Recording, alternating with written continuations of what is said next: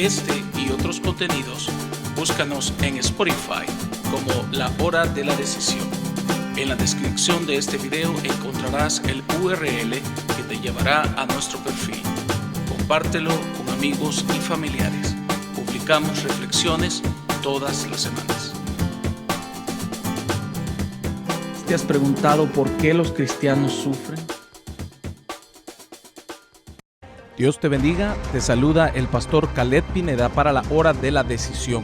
Estamos ahora empezando ya en el capítulo 13 de nuestro estudio acerca de el Apocalipsis. Si nosotros recordamos y hacemos una breve remembranza, recordaremos que hemos visto dos compendios de juicios, que son los 7 sellos y las 7 trompetas.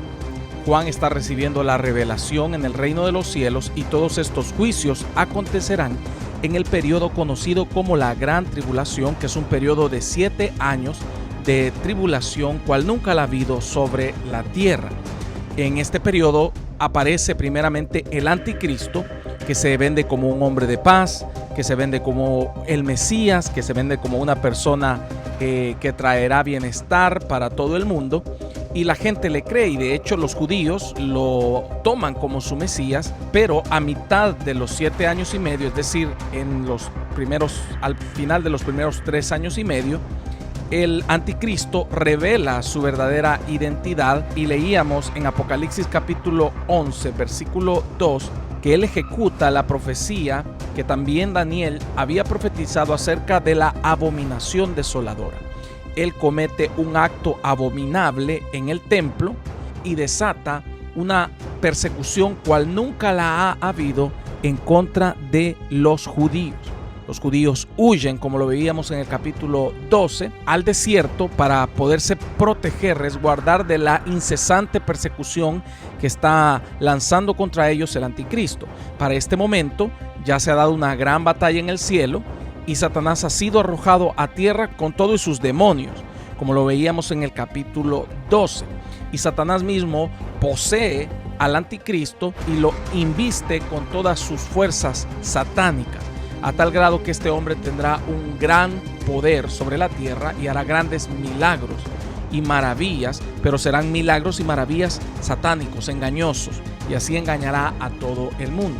Ahora, en el capítulo 13, continuamos con esta pausa extensa en donde el Señor está revelándonos las identidades de los diferentes actores o de los diferentes protagonistas que vemos acá en la semana 70, en los 7 años de esta gran tribulación. En esta pausa entre la séptima trompeta y la primera copa, que es el último compendio de juicios más terribles que todos los que hemos visto antes, en esta pausa extensa que se hace en este interludio, se nos empieza a describir las personalidades y se nos empiezan a dar características propias de estos personajes que tendrán auge en esta palestra de la gran tribulación. Hemos visto a los 2 olivos, también hemos visto la identidad de los 144,000 sellados, que son 12,000 de cada tribu de Israel. Y también veíamos en esta pausa la identidad del dragón, que es Satanás, que está persiguiendo a la mujer, que es Israel. Todas estas identidades y los pormenores de estos personajes se nos están revelando en estos capítulos, en esta pausa. Y como veíamos, Satanás intentará recrear una trinidad satánica, porque como es un imitador y es un hedonista, es un plutócrata y quiere la gloria y ser el centro de atención, él intentará replicar la Trinidad divina. El dragón haciendo las veces o una mala imitación del Padre, el anticristo haciendo una mala imitación, pésima imitación de Cristo, y el falso profeta haciendo una mala imitación del Espíritu Santo. De esta manera Satanás intentará imitar la Trinidad de Dios. Y en el capítulo 13 ya se nos revela del anticristo. ¿Quién será? ¿Cuál será su campo de acción? Porque hasta acá ha aparecido en la palestra y solo vemos que está persiguiendo a Israel. Pero ¿cuáles son sus verdaderas intenciones? ¿De dónde surge? ¿Será que el anticristo ya vive entre nosotros? Todos estos pormenores los podemos ver en el capítulo 13, que se nos revela tanto la personificación del anticristo como también la del falso profeta. Así es que sin más que decir, esto estará interesantísimo. Escúchalo hasta el final.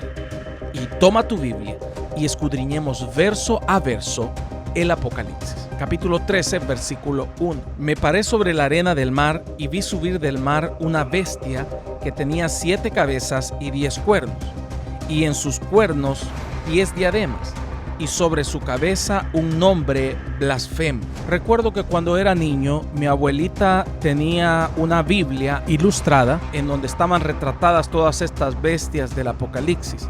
Yo tendría algunos 6 años, 7 años, pero me fascinaba, me daba miedo ver la Biblia y ella usualmente la tenía abierta, no sé por qué, y justo la tenía abierta ahí en Apocalipsis y donde estaban retratadas estas bestias. Me asustaba ver estas bestias como las describe este pasaje de Apocalipsis 13, con boca de león, con pies de oso. Esto lo miraremos más adelante, pero quiero decirte que todo lo que veremos en este capítulo son simbolismos, y estos simbolismos nos hablan acerca de los pormenores del anticristo y del falso profeta.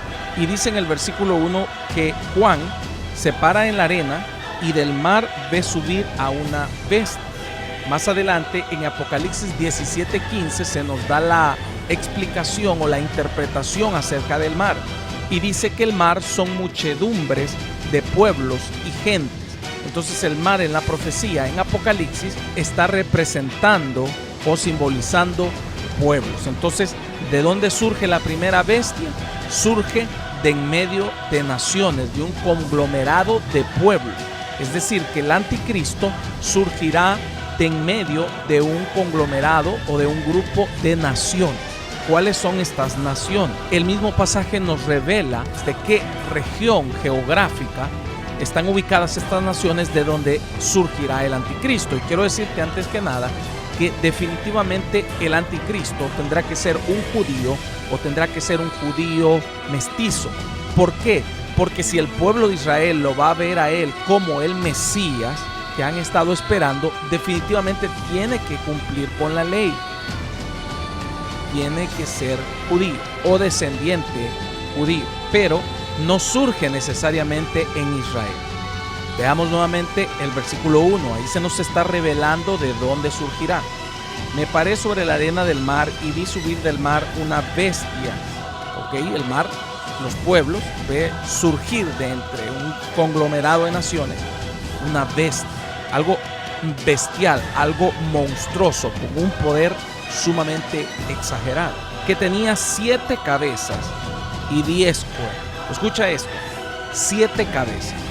En las 7 cabezas está el misterio de dónde surgirá el anticristo. Definitivamente han habido muchas especulaciones, se han escrito muchos libros, se ha hablado acerca de esto, pero hay una interpretación que a mi juicio es la más correcta porque es la que más se apega a la Biblia. ¿Cuáles son estas 7 cabezas? Son 7 montes. Esto de acuerdo a Apocalipsis 17:9, que dice: esto para la mente que tenga sabiduría. Las 7 cabezas son 7 montes, y lo voy a decir así sin más. El anticristo surgirá de Roma. Roma tiene 7 montes que son conocidas como las 7 colinas de Roma.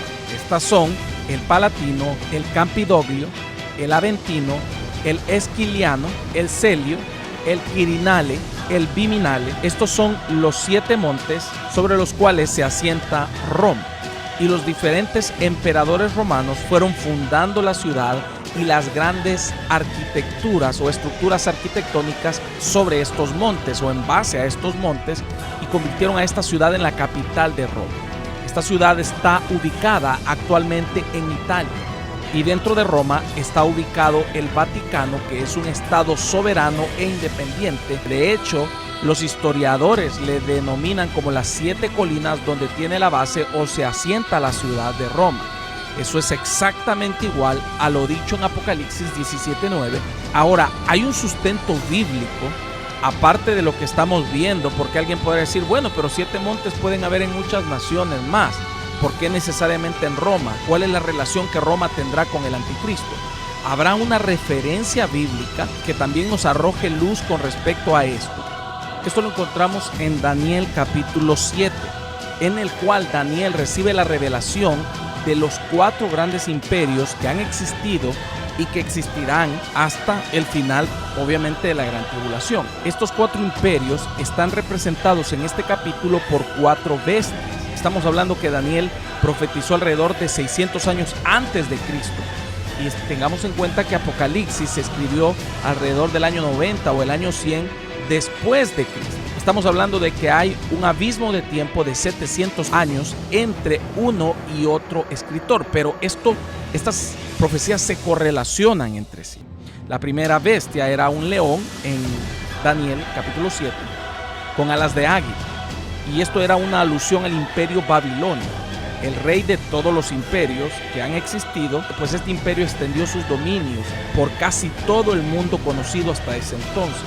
La segunda bestia que ve Daniel es un oso, y este habla acerca del imperio medo-persa. Los medo-persas usualmente eran crueles, por eso se le compara a un oso que devora toda carne. La tercera bestia que Daniel ve es el leopardo con 4 alas y 4 cabezas. Esto hablaba acerca del imperio de Grecia. Las 4 alas representaban la velocidad con que Alejandro el Grande conquistaba el mundo, y las 4 cabezas simbolizaban las 4 divisiones del reino que se dieron después de la muerte de Alejandro el Grande. Y por último, Daniel ve una bestia grande y espantosa.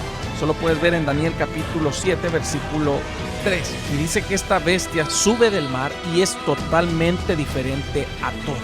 Esta bestia terrible y grande estaba representando al imperio romano. Dice que tenía dientes de acero o de hierro con los cuales desmenuzaba a todo lo que encontraba a su paso. Y tenía 10 cuernos, igual a la bestia que vemos en Apocalipsis, que tiene 10 cuernos. Notemos esa similitud entre la profecía de Daniel y la de Apocalipsis. Dice que devora, pues Roma conquistó y logró abarcar 3 continentes en su imperio. Logró abarcar el Mediterráneo o la cuenca del Mediterráneo, África del Norte y Asia Menor. Luego dice que desmenuza, pues posterior a la muerte del emperador Teodosio I, el imperio se parte en 2 y Roma se vuelve un imperio gobernado por el Papa. Y el imperio se desmenuza por el quebrantamiento del poder de Roma papal, y ahí es donde se hace toda la división de Europa occidental en la Europa que hoy conocemos, y se dividen los anglosajones, que formaron Inglaterra, los francos, que formaron Francia, los germanos, que formaron Alemania, los lombardos, que formaron Italia, los suevos, que formaron Portugal, los visigodos, que formaron España, los burgundios, que formaron Suecia, los ostrogodos, los éurolos y los vándalos, que al final fueron absorbidos en las otras naciones europeas. Entonces, de ese imperio romano se divide y se configura la actual Europa que conocemos en todos los países europeos.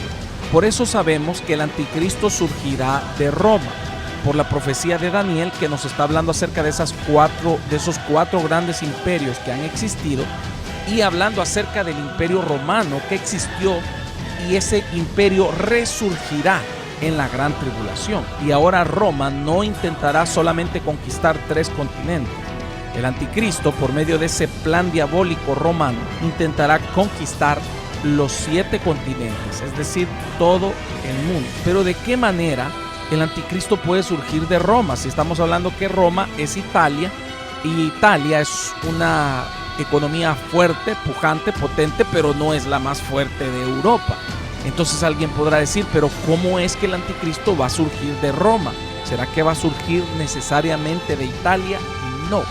La respuesta a este enigma la encontramos nuevamente en el versículo 1 del capítulo 13 de Apocalipsis. Nuevamente, vi subir del mar una bestia que tenía 7 cabezas, los 7 montes de Roma, y 10 cuernos, y en sus cuernos 10 diademas. Y como lo hemos visto en otros pasajes anteriores de este estudio del Apocalipsis, los cuernos en Apocalipsis representan dominio, poderío. Entonces estamos hablando acá de que esta bestia es Roma, pero este imperio romano, este nuevo orden mundial que se intentará establecer en la gran tribulación, estará impulsado por 10 naciones, por 10 reinos. Mira lo que dice Apocalipsis 17:12. Nos estamos adelantando un poco, pero es necesario. En su momento estudiaremos a profundidad el capítulo 17. Pero veamos lo que dice acá con respecto a esto. Y los 10 cuernos, acá le está dando la interpretación de la bestia, acerca de la bestia, y los 10 cuernos que has visto son 10 reyes que aún no han recibido reino, pero por una hora recibirán autoridad como reyes juntamente con la bestia. Estos tienen un mismo propósito y entregarán su poder y su autoridad a la bestia. ¿A quién? Al anticristo. Dice, estos 10 cuernos que tú miras son 10 reyes. Todavía no han recibido reino. La recibirán y tendrán un campo de acción de una hora. Es decir, que van a tener un campo de acción limitado en la gran tribulación. Pero estas 10 naciones acuerdan, financian y ejecutan los planes de la bestia, es decir, del anticristo. Y te tengo noticias. Esto de los 10 cuernos, de las 10 naciones que se unen, ya se cumple. Por eso el Señor Jesucristo dijo, de la higuera aprended, cuando ya su rama reverdece, quiere decir que el tiempo ya está cerca. Esto se cumplió, lo de la higuera, cuando Israel resurge como nación en el 1948. Antes de eso, Israel estaba desperdigado por todo el mundo, pero en mayo de 1948 la profecía se cumple ante los ojos atónitos del mundo.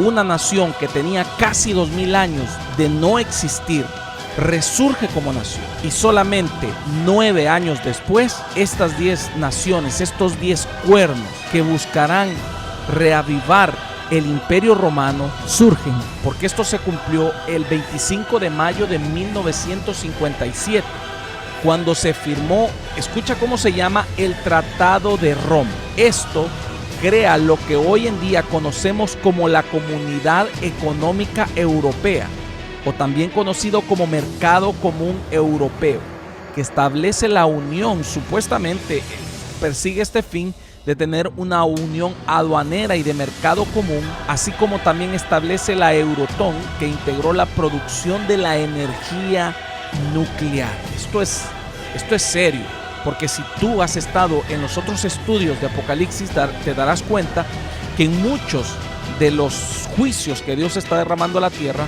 podemos ver presentes reacciones en el ambiente similares a las reacciones químicas que causan las armas de destrucción masiva, como las armas nucleares o las armas biológicas, etc. Entonces, el Tratado de Roma establece el mercado común europeo. Ahora, te tengo noticias. ¿Sabes tú quiénes integran el mercado común europeo? 10 naciones. ¡Wow! Exactamente como lo está profetizando la palabra de Dios. La bestia de 7 cabezas, hablando de Roma, nos habla del Tratado de Roma y que iba a tener 10 cuernos porque son las 10 naciones del mercado común europeo. Estas naciones, tal cual lo profetiza Apocalipsis, también son 10 reinos. El reino de el Benelux, que conforma el reino de los Países Bajos, Alemania, Francia, Gran Bretaña, Italia, España, Portugal, Dinamarca, Irlanda y Grecia. Son las 10 naciones que integran el mercado común europeo. Son los 10 cuernos que integran el Tratado de Roma, que son las 7 colinas de las 7 cabezas de las cuales habla la profecía. También en Daniel 9:26 se liga intrínsecamente al anticristo con Roma. Daniel 9:26 dice, y después de las 62 semanas se quitará la vida al Mesías, mas no por sí. Y el pueblo de un príncipe que ha de venir destruirá la ciudad y el santuario. Escucha eso. Y su fin será con inundación, y hasta el fin de la guerra durarán las devastaciones. Y por otra semana confirmará el pacto con muchos. ¿Quién? El príncipe que ha de venir y que viene de un pueblo que destruiría la ciudad y el santuario. Ahora, ¿quién es este príncipe que habría de venir? Dice el pueblo de un príncipe que ha de venir. Este príncipe que ha de venir está hablando del anticristo. Y este pueblo, que es el pueblo de ese príncipe que ha de venir, es Roma, porque esta profecía es la misma profecía que el Señor Jesucristo hizo en Mateo capítulo 24, versículo 1, cuando el Señor Jesucristo profetiza la destrucción del templo. Mira el templo y les dice: de cierto os digo que de todo esto no quedará piedra sobre piedra. Esta profecía se cumple en el año 70 después de Cristo, cuando el emperador romano Tito entra a Jerusalén, invade Jerusalén y destruye el templo y el santuario, tal cual la palabra de Dios lo estaba profetizando, tal cual lo profetizó Daniel y tal cual lo ratifica Cristo. Hasta hoy en día no hay templo. Ahí están las piedras del templo que destruyó Tito, y hasta hoy en día no hay templo. El pueblo de un príncipe que ha de venir, es decir, el anticristo vendrá del pueblo de Roma, es decir, del tratado de Roma, del mercado común europeo. Esto nos habla de que el anticristo será un líder político que surgirá de Europa. Y las 10 diademas nos habla acerca de los 10 reinados, es decir, 10 potencias económicas. También recordemos que en muchos de estos países que componen estas 10 naciones del Tratado de Roma o Mercado Común Europeo, aún cuentan con monarquías como reyes, reinas, duques, príncipes, etc. Naciones tales como la corona del Reino Unido, la corona española, los reyes de los Países Bajos, los reyes de Dinamarca, etc. Entonces, de eso nos habla acerca de esas 10 coronas o de esas 10 diademas que miraba sobre estos 10 pueblos. También es inquietante que cuando tú miras la bandera del mercado común europeo, es una diadema de estrellas, es una diadema. Entonces vemos que la profecía se cumple ante nuestros ojos. Y el versículo 1 en el final dice: y sobre sus cabezas un nombre blasfemo. El apóstol Juan ni siquiera pierde tiempo con decirnos cuál era ese nombre blasfemo, pero obviamente que si es blasfemo, está blasfemando el nombre de Dios. Estas 10 naciones europeas se unificarán para impulsar a un caudillo político que prometerá paz y bienestar mundial, que necesitará mucho la tierra en aquel entonces, porque estará viviendo verdaderamente un caos, porque los juicios de Dios ya se han empezado a derramar. Por lo menos los primeros 2 compendios de juicios ya se habrían derramado para este entonces de la gran tribulación. Entonces él promete paz y bienestar, pero secretamente maquina mal contra Israel y contra el mundo, y tratará de cambiar los tiempos y las leyes de Israel. Será todo en regla un Saddam Hussein o un Hitler, pero en su interior será 666 veces más maligno que todos estos dictadores y hombres malvados que han existido, con gran poderío militar y con un poderío militar muchísimo mayor a los que tuvieron estos hombres.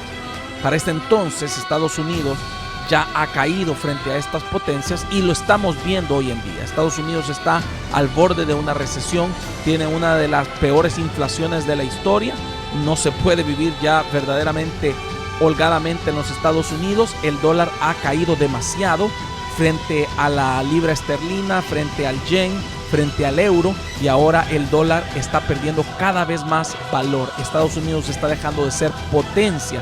De hecho, Estados Unidos tiene una deuda tan grande que jamás, los especialistas dicen que jamás Estados Unidos podrá salir de la deuda que tiene. También los especialistas dicen que en unos 30 años más dejará de existir el seguro social, porque el gobierno no tendrá la capacidad para pagar el seguro social a las personas, a los ciudadanos norteamericanos. Entonces, en Estados Unidos se está divisando una esfera o un ambiente caótico, un ambiente cada vez más trágico, lamentablemente. Por eso es que Estados Unidos no aparece en la profecía, no está contemplado. A pesar de que el versículo 1 nos ha arrojado bastante acerca de la identidad del anticristo, el versículo 2 tiene muchas cosas más que decir. Versículo 2: y la bestia que vi era semejante a un leopardo, y sus pies como de oso, y su boca como boca de león. Y el dragón le dio su poder y su trono y grande autoridad. Si tú te fijas, el anticristo y el Tratado de Roma tendrán estos rasgos que tenían los otros 3 imperios anteriores que han existido, que los mirábamos en Daniel. Pero este imperio, que será el imperio final, el imperio del anticristo, será mucho más sangriento y cruel que ningún otro jamás sobre la tierra. Por eso reúne las cualidades o las características cruentas de los otros imperios. Este hombre será, como lo decíamos, 666 veces más sanguinario, más despiadado que los imperios babilonio, medo-persa y griego. porque dice que esta bestia era semejante a un leopardo y tenía sus pies como de oso y su boca como boca de león. Por eso Daniel dice que la cuarta bestia que él miraba era grande y terrible y muy diferente a las otras. Esta es muchísimo peor. Y en la parte final dice que el dragón le dio su poder y su trono y grande autoridad. Como veíamos en el capítulo 12, el dragón es Satanás mismo. Entonces está hablando acá de que Satanás mismo investirá a este hombre con los poderes satánicos infernales. Y como recordaremos, Satanás, como lo decíamos en un inicio, acaba de ser arrojado a tierra. En el capítulo 12, en la gran tribulación, será arrojado a tierra y actuará en este hombre así como actuó por medio de la serpiente en el huerto del Edén. Quiero decirte que esto del anticristo no es nuevo. Realmente siempre han habido anticristos. Antíoco Epífanes es un tipo de anticristo. Era un hombre malo, sanguinario, despiadado, profano. Nerón es otro tipo de anticristo. Persiguió a la iglesia, dio muerte a muchos cristianos. Alejandro es otro anticristo, por ejemplo. Y el mismo Hitler, que hizo un holocausto judío, es otra especie de anticristo. Ahora, ¿por qué sucede eso? Primeramente recordemos que la palabra de Dios, y ya lo miraremos más adelante, dice que el espíritu del anticristo ya está en movimiento. Ese espíritu que niega a Cristo, que va en contra de Dios, que va en contra de la palabra de Dios. Entonces eso ya está en acción, está en movimiento. Y lo segundo que tenemos que entender es que Satanás no es omnisciente. Satanás tampoco sabe cuándo van a suceder los eventos que están descritos en la palabra de Dios. Satanás lo único que puede hacer es observar y esperar. Eso lo veíamos en el capítulo 2, versículo 4, donde Satanás está observando, esperando a qué horas la mujer iba a parir al niño, hablando de a qué horas o cuándo el Mesías iba a surgir de Israel. Entonces, como Satanás observa las señales, pero no sabe cuándo van a suceder las cosas, tiene que tener un candidato listo, porque en cualquier momento puede suceder lo que está profetizado en la Biblia, y él tiene que tener un candidato listo en todo momento para investirlo de esos poderes infernales, de esos poderes satánicos, y levantar de él el anticristo. Entonces, ¿han habido anticristos? Por supuesto, todo el tiempo ha habido anticristos. Todo el tiempo han habido hombres que llenan el perfil del anticristo. Pero como no es en el tiempo de Satanás, por si por él fuera, él ya lanzara el anticristo.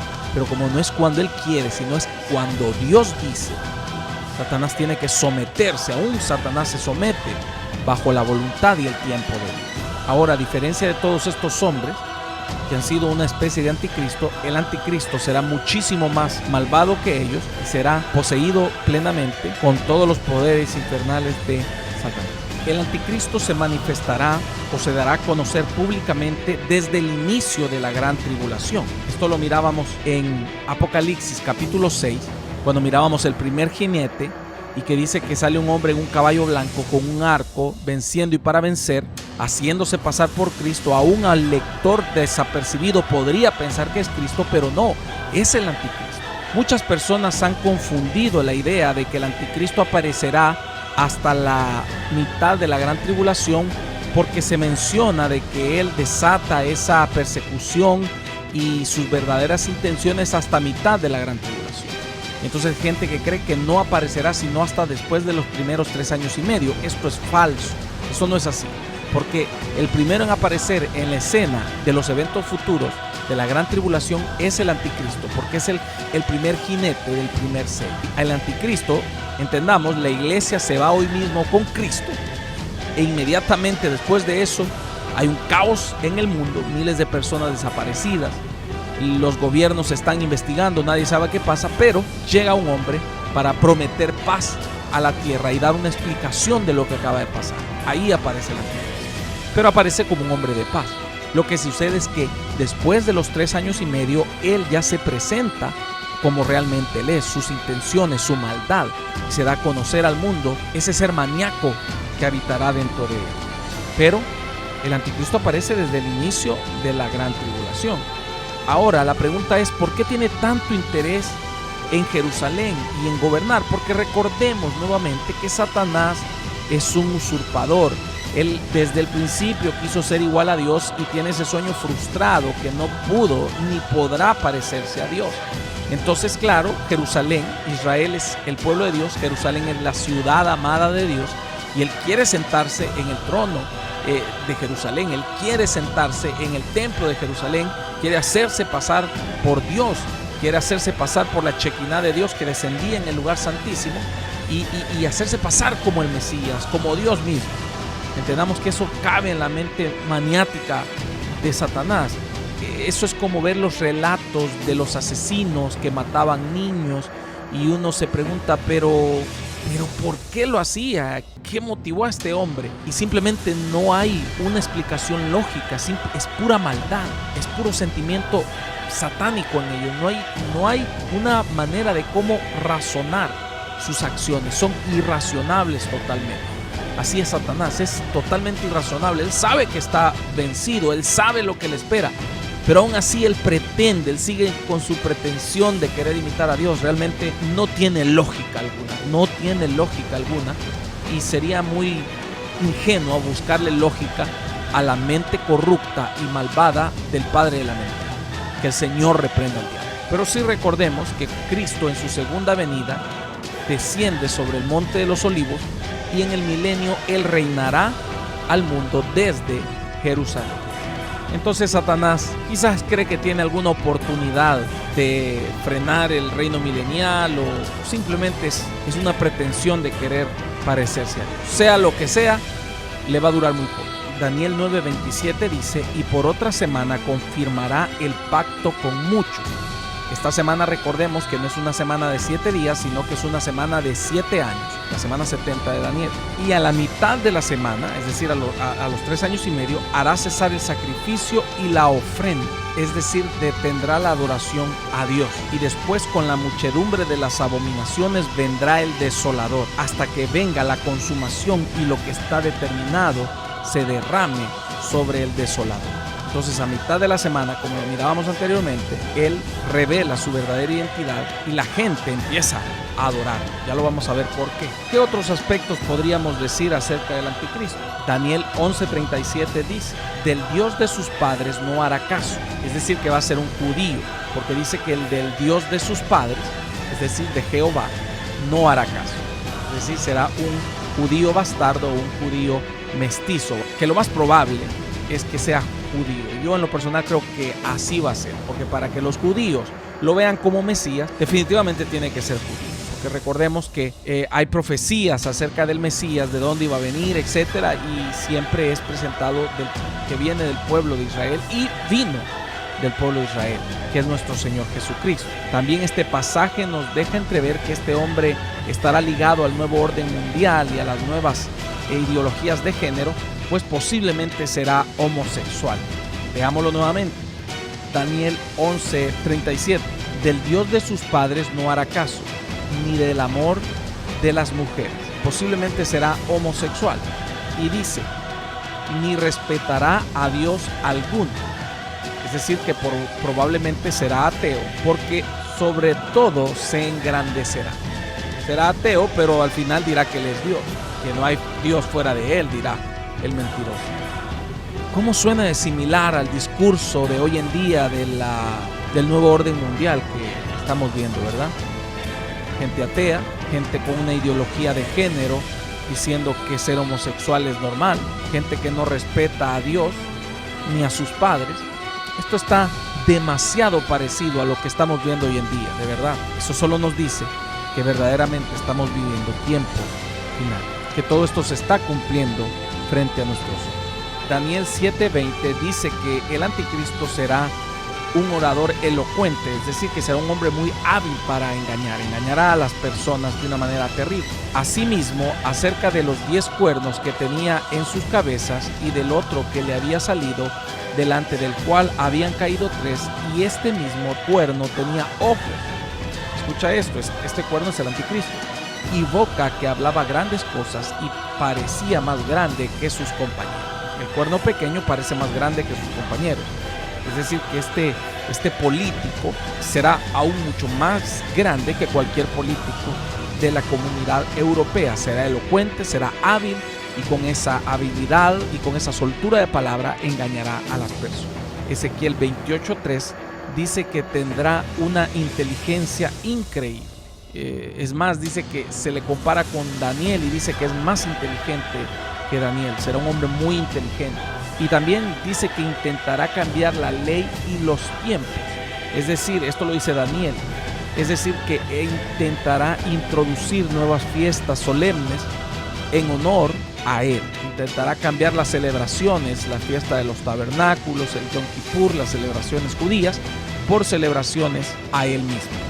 En Daniel 8:23 se le llama el rey insolente y hábil en intriga. Recordemos que su reino solo durará 3 años y medio. Y luego Cristo lo juzgará y lo vencerá, y el reino será el reino eterno de Cristo. También el apóstol Pablo nos habla en 2 de Tesalonicenses 2:9, nos dice que este anticristo, cuyo advenimiento es por obra de Satanás, se manifestará con gran poder y señales y prodigios mentirosos, y que hablará con todo engaño de iniquidad, y que la gente le creerá.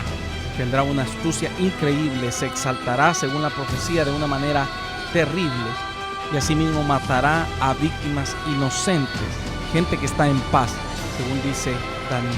Este hombre no será vencido por ningún gobierno humano, sino solamente por la piedra no cortada por mano de hombre, que es Cristo Jesús. Esto según Daniel capítulo 2 versículo 34. O sea, este hombre será humanamente imparable. Solo Cristo podrá vencer. En el capítulo 11 de Daniel vemos que dice que servirá al Dios de las fortalezas. Eso quiere decir al Dios con D minúscula de la guerra. Sin duda está hablando de Satanás, pues la guerra solo trae destrucción y muerte, y eso no proviene de Dios, sino solamente de Satanás. Entonces este hombre será un luciferiano, servirá a Satanás. Posiblemente nos está hablando de que será un masón, en toda regla, o parte de un culto luciferiano.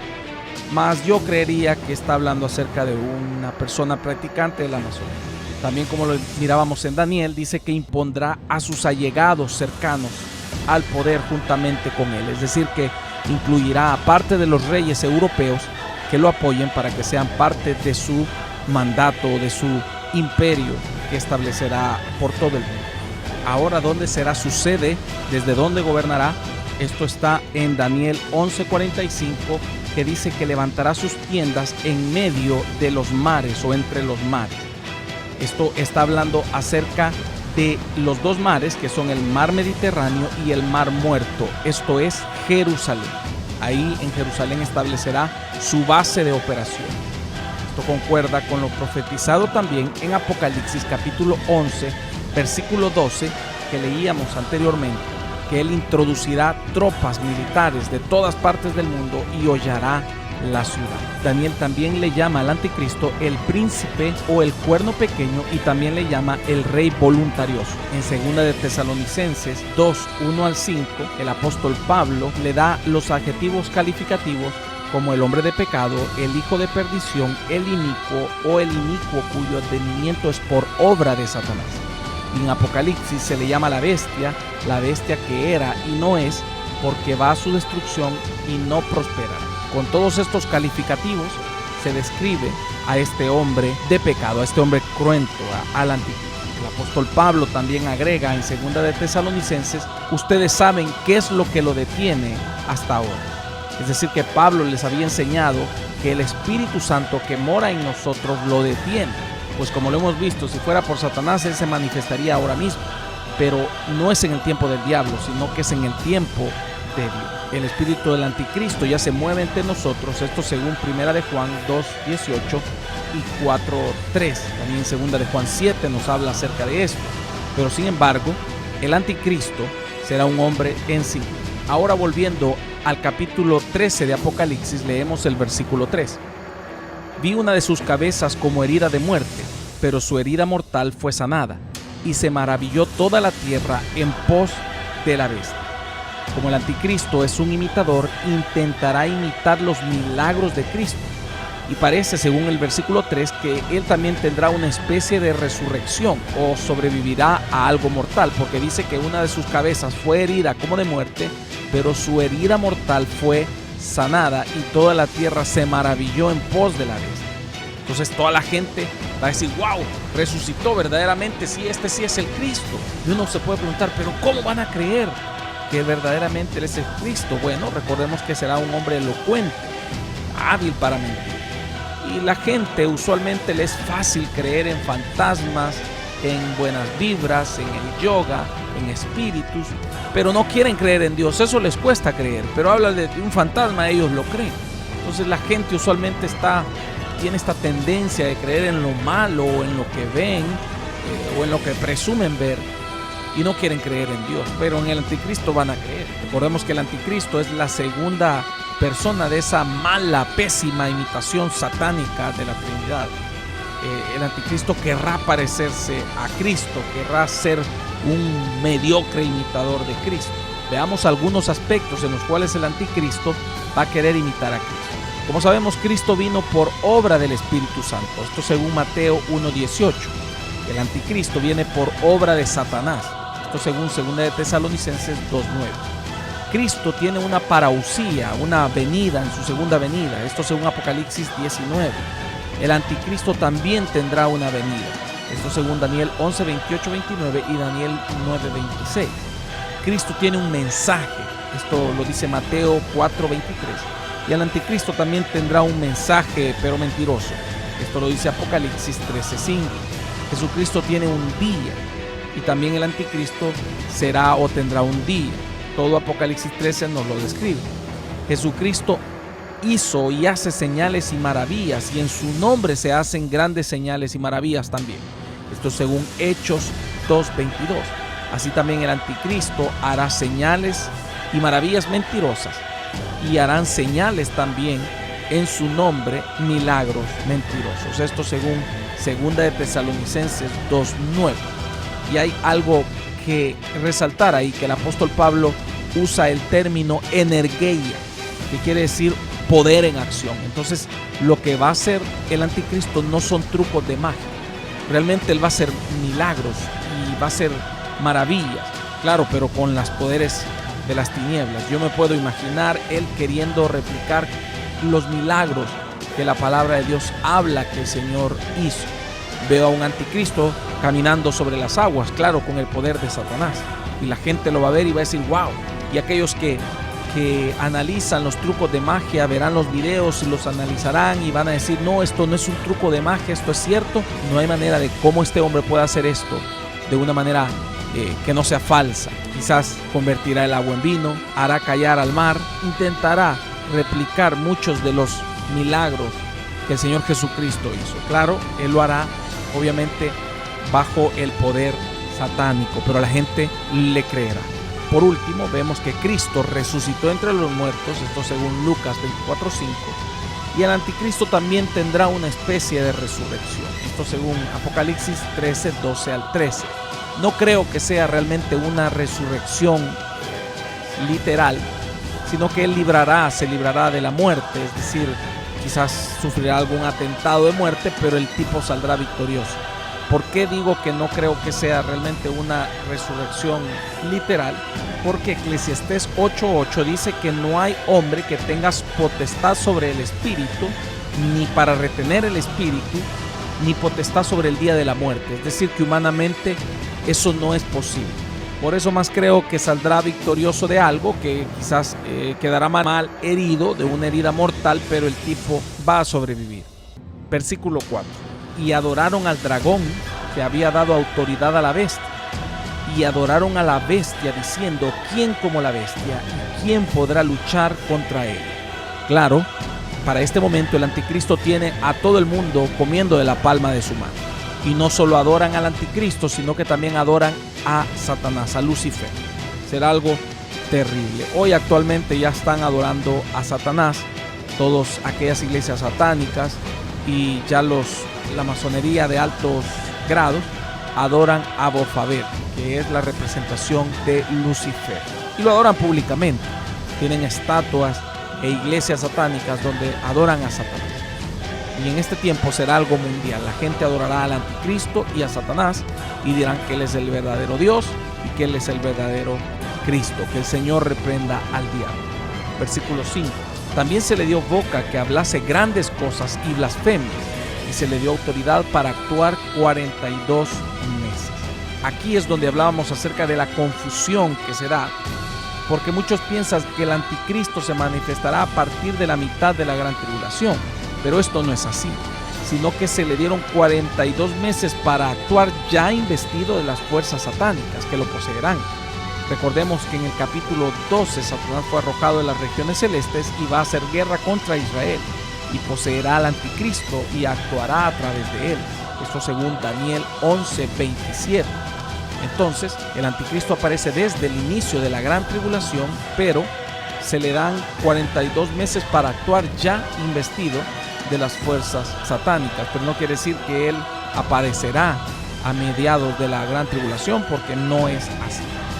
Versículo 6.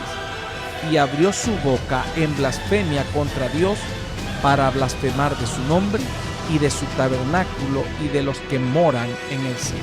Este verso complementa perfectamente la idea de Daniel 11, 32 y 36, que dice que será un orador elocuente que engañará a muchos y dirá que Jesucristo no era el Mesías y que el Mesías es él. Por eso dice que hablará blasfemia, porque negará a Dios, negará al Padre, al Hijo y al Espíritu Santo.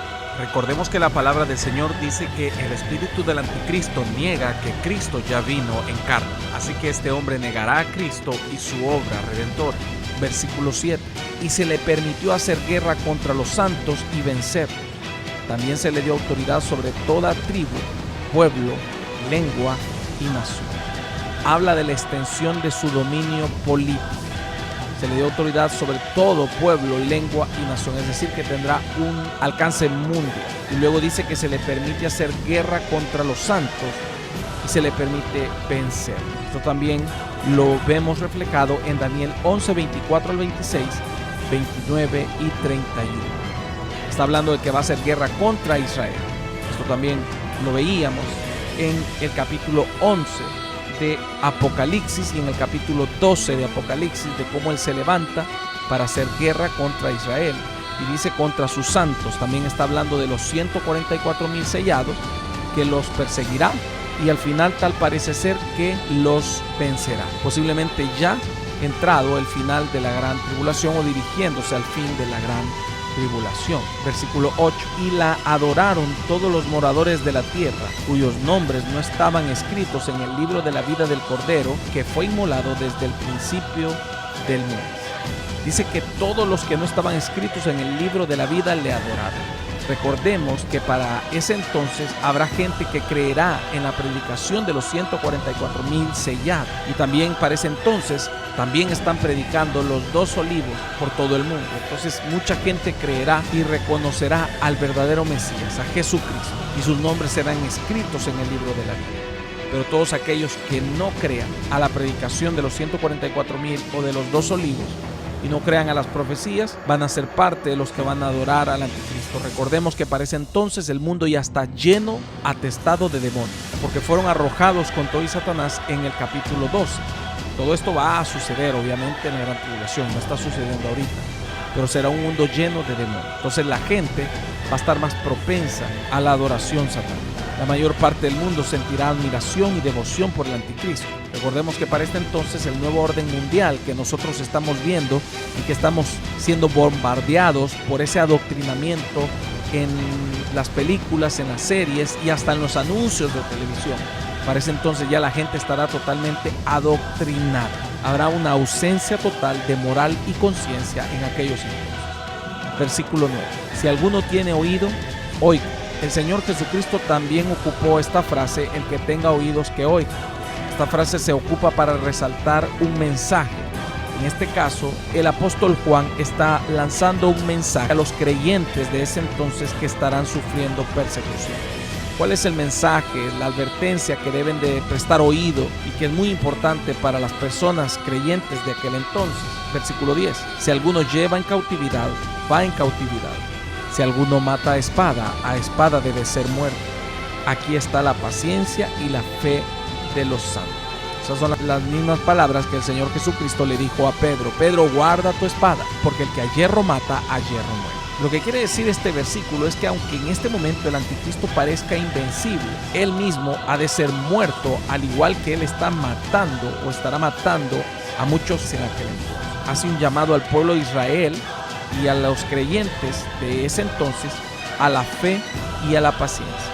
Si él mata a espada o a hierro ha de morir. Si él lleva en cautividad, él mismo será puesto en cautividad. Y la Biblia nos relata en efecto su final. Dice que el Señor le matará con el espíritu de su boca y con el resplandor de su venida. El espíritu de su boca, la vara que sale de la boca del Señor, la espada de dos filos que sale de la boca del Señor, es su palabra. Esto está escrito en Apocalipsis 17:11, Daniel 7:26, Isaías 11:4.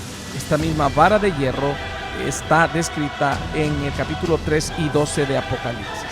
Y en el capítulo 19 nos dice que esa espada que sale de su boca vencerá también al anticristo. Lo vence con el resplandor de su venida. Eso quiere decir que el anticristo, a pesar de ser un hombre invencible humanamente, para Cristo no es rival, no le llega ni a los talones. Por eso esas imágenes satánicas que ponen a Satanás haciendo fuerza de mano con Cristo, eso es charlatanería. Para el Señor no le llegan ni a sus talones, no ocupa ni siquiera mover un dedo. Con el resplandor de su venida vencerá al anticristo.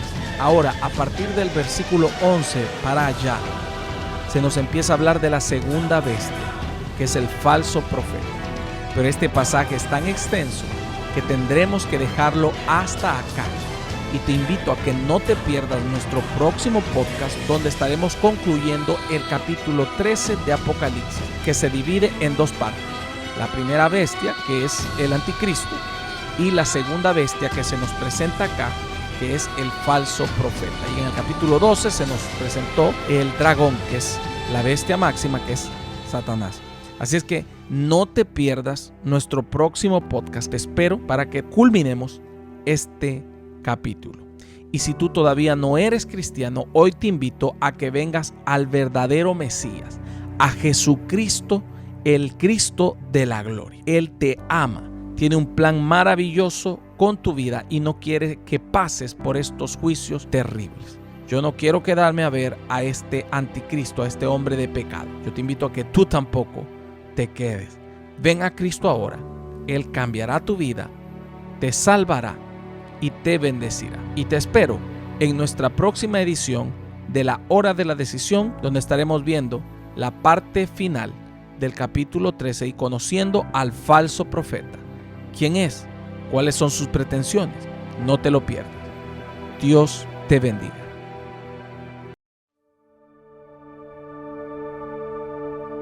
Esta es la hora de la decisión, la más importante de tu vida, tu decisión por Jesús. Entrégale tu corazón orando de esta manera. Señor Jesús, reconozco que soy pecador y mi pecado me aleja de ti. Me arrepiento, perdóname Señor. Hoy te recibo como mi único y suficiente Salvador personal. Creo que eres Dios, que moriste y resucitaste al tercer día. Escribe mi nombre en el libro de la vida. Amén. Ahora eres parte de la familia de Dios. Te invitamos a que te congregues en una iglesia cristiana para que sigas creciendo en el conocimiento de Dios. Y te esperamos en nuestra próxima edición de La Hora de la Decisión.